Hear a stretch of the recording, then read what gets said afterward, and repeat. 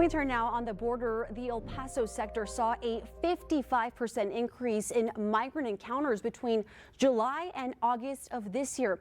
Now, this chart from Customs and Border Protection shows the number of encounters each southwest sector has seen so far this fiscal year. The El Paso sector is the darkest green compared to every other sector. That means we have seen more encounters than any other southwest border community this year.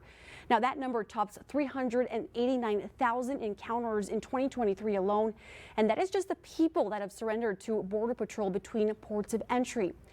Now, the city of El Paso provided an update today on what they are doing to address this ongoing crisis, but officials say more resources are needed. ABC 7's Carrie Mannix filed this report earlier tonight.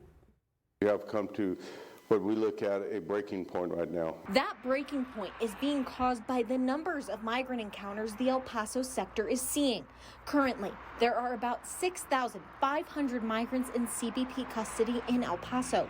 The sector is seeing about 2,000 apprehensions a day, and around 2,000 people are waiting at the border wall. Because of this, city officials were forced to activate an emergency shelter at Nations Tobin Saturday. The facility at the park in the Northeast is going to be operational. We will be housing migrants starting this evening. We've also had Tatum start doing a busing operation. The charters are a part of the buses Governor Abbott deployed to El Paso and Eagle Pass Friday. Looks like we have 5 charters that are going to be leaving today.